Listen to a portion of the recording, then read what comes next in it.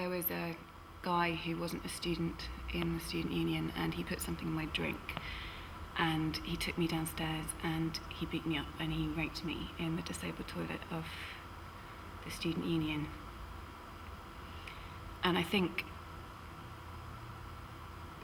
that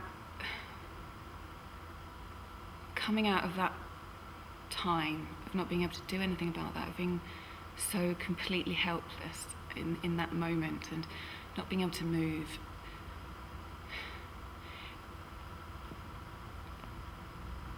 it sort of made me feel that actually the other things in my life I did have control over.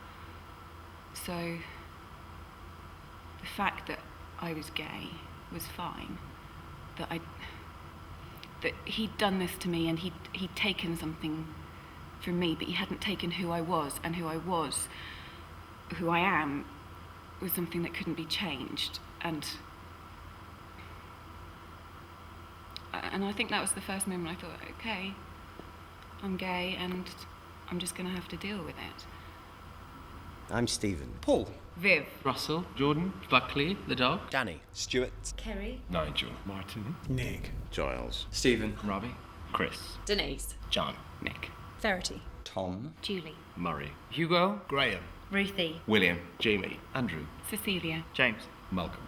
Moir, also known as Vanity. You feel at the time like your insecurities are so massive. Whatever you feel that is your thing that makes you an outsider, which I think everyone has when they're growing up. And I think that you focus so much on that you don't see that everyone has that. I think I became the school clown at school and just tried to make everyone laugh and be everybody's friend, and I ended up being head boy. I was kind of sort of everyone's best mate, but just inside it was horrific. I was never bullied at school, and that's because I hid, I think. I made sure that nobody knew. It is traumatising when you're a kid because you don't know how to deal with it. You don't know if to go and tell your parents, because then the kids threaten to beat you up. But I did go home and tell my parents, and they were wonderful. I remember one time a boy pinned me against the wall by my throat, and somehow I managed to make everybody around us laugh at him, which made him stop trying to beat me, because with what I was saying, I was trumping his violence. One of my bullies was on the bus before, and he used to spit out of the window at me at the bus stop.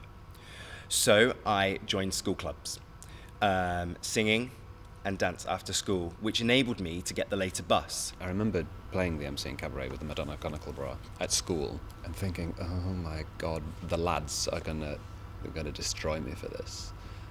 And they didn't. I remember the next day, them all sort of congratulated me, going, mate, we could never do that. Good on you, mate, you're so brave.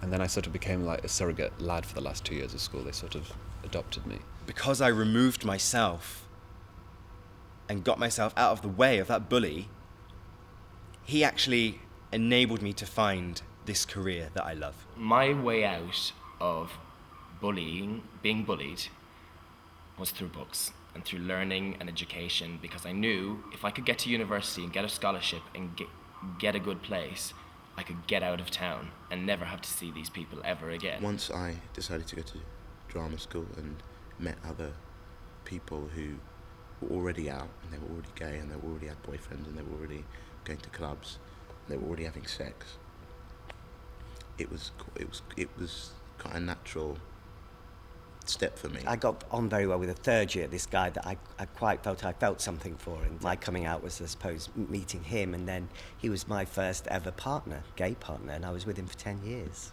It was a process, a real process for me, from the initial meeting somebody who completely opened up my heart for the first time, to allowing myself the ability to accept that in me, and therefore it gave everybody else permission to absolutely celebrate it in me. And that's the best thing about growing up. I think you learn to know yourself more, and I think you become more content with who you are inside. And so I came out, and which is one of the best things I ever did. And of course my family were completely cool about it. All my friends were completely cool about it. They all knew anyway. Natch. Everybody has ups, everybody has downs. And nowadays, there is a world where whether you're gay or straight or bisexual or whatever your sexual identity is or is turning into, you can have the same ups and the same downs as everybody else, and they all add up to a rich life. My relationship with my father is a bit tough at times. I respect where he's coming from, and I realize it's hard for him. He has commented to me saying, your homosexuality will never be a part of our relationship. I love you, but it won't be a part of our relationship. My mom took it better than he did. But things on that front, get better every day. Being a lesbian is not the top thing in the list that I would describe myself as, And I'm an actress, I'm a musician, I'm a friend, I'm a daughter, I'm a lesbian.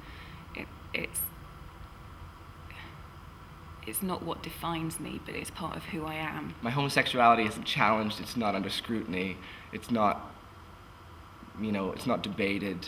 My friends accept me and love me for who I am, and it's just kind of there, as opposed to when I was younger and I woke up every day and said, let's just try to get through today without being abused or persecuted in some kind of way. I thought I should really only occupy quite a small space when I was growing up, because I felt quite alone. I didn't feel like I deserved to put my flag in the ground and take up as much space as I could. Another of my strongest memories as a child of about 8 or 9 was sitting with my stepfather and mother in front of the television while there was some programme with some gay theme, and them both being very verbal about how disgusting and dirty it was. Obviously that made me feel quite disgusting and dirty, but the most complicated thing was that the irony there was that my stepfather was sexually abusing me at the time. That happened between the ages of 8 and 14. So I was just left thinking, what a hypocrite, and how can this be going on? So I'd say to anyone who's being sexually abused, please talk to somebody. It's confusing as a young gay person who's being sexually abused by somebody of the same sex, because it's partially exciting because it's a man, but also it's deeply confusing because you don't want it to happen, and you certainly don't want it to happen with a member of the family. So I'd say just please talk to somebody. It's really important because it will actually free you up far quicker than I was freed. I took years of counselling, but I'm a little bit more sane now. But just speak to somebody, a teacher, a family member, because it's not your fault. The things one can live through are enormous. Without the past, you won't be who you are in the future. Everything that's happened to me in the past, although I look back and I think, oh my God, I would never wish that upon my worst enemy, I'm so glad that I went through it because it's made me a very strong person. I'm really proud that I can look back at the guy who was stuffed in that locker and the kid that was hung up by his underwear, and I can look back and now understand that that's absolutely part of who I am. I was a hard worker and a bit of a geek, and those were the things that I was persecuted for not following the crowd, for not being a sheep. And those are the things that, in my view, in this day and age, should be absolutely celebrated. And at the age I am now, people celebrate me for those differences. When you get older, you'll realise that the things you do will say great things about you, not terrible things, not fearful things, not stuff that you should be afraid of or hide or anything like that. I'm living a kind of life that was pure fantasy to me as a child. If you asked me 10 years ago, if I saw myself where I am today in 10 years, I would have said, absolutely not, never. I've had several loving relationships. I'm in a very loving one at the moment, which I'm hopeful will be long-term. There he is, little Buckley. He's kind of made our little surrogate, our little family complete. A few years into my career, I was playing the lead in Fame in the West End. It was an absolute dream come true. I had my own dressing room, and I had the most wonderful opening night ever with flowers and gifts. I'm absolutely having the best time, and every day keeps getting better. Sure, there are some down days, but everyone has them. I'm president of Equity, which means that I lead the Actors Union here in the UK, and I'm an actor. I can honestly say I'm happy, and a lot of the reasons why I'm happy is because people know who I am now, and I think I know who I am now. I honestly thought being gay, it would affect me getting certain parts, and and being who I wanted to be. And it wasn't until I started working in theatre around openly gay people and seeing how happy they were and realising that you can work and be gay and be happy. Within 3 months of leaving drama school, I was stood on a West End stage in a play called Bent, which was about being gay. And my agent of the time asked me not to tell the press that I was gay, so I fired her. I am working on Priscilla, Queen of the Desert, the musical, as the head of wigs and makeup. I'm very fortunate that they've taken me not only to the West End, but I've also recently been to Broadway with it. I've been with my boyfriend for a year now, and it's fantastic. We live together. We have 2 little cats called Grace Jones and William. Will and Grace, yeah. There's so many things you can do and so much you can contribute. It's important for people to be able to close their eyes at night and know that the next day might be bad, but the following day might be better. You have to stick around to do it. And the following week will be better. There's a big world out there. And then guaranteed that the following years will be better. It gets better. Remember that you have a whole life ahead of you. It's generally the people that are a little bit weird and take the flak that get somewhere. It gets better. If there's someone that's absolutely foul, you can eventually not have that person in your life. You need to remove yourself away from them. It gets better. Your future is never predicted by the way you are when you're very young or by the way you feel. All the pressures and all the fear I had about coming out were all things that I put on myself. It gets better, believe it. We're not in the dark ages anymore. It's okay to talk about how you feel about somebody. And you'll be able to make choices that you choose.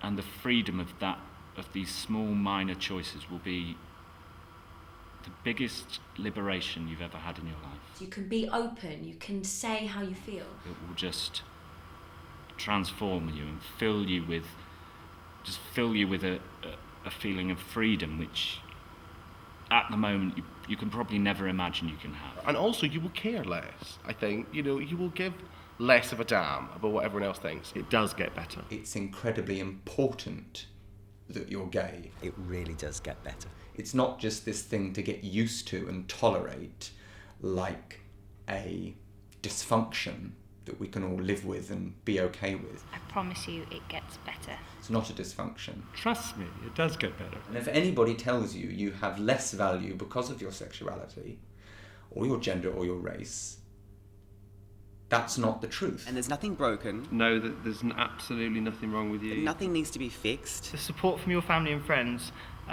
is often much better than you think. You're not alone. It gets better. You may feel like you're alone, and no matter how isolated you are, and no matter how tortured you are, you have to know that there's people out there that they may not be with you right now, but they will be with you soon. It gets better. The one thing in life that's painful, but is true, but is also brilliant, is that things change. It gets better. It does get better. It gets so much better. It will get better. It really will. It really will. Believe me, it gets better. It gets better. It gets better. It gets better. It gets better. Better. Better. Better. Better. Better. Better. Better. Better. Better. Better. Better. Better. Better. Better. Better. Better. Better. Better. Better. It gets better. If you need support, Stonewall can point you in the right direction. Call the free and confidential information line on 08000 50 20 20.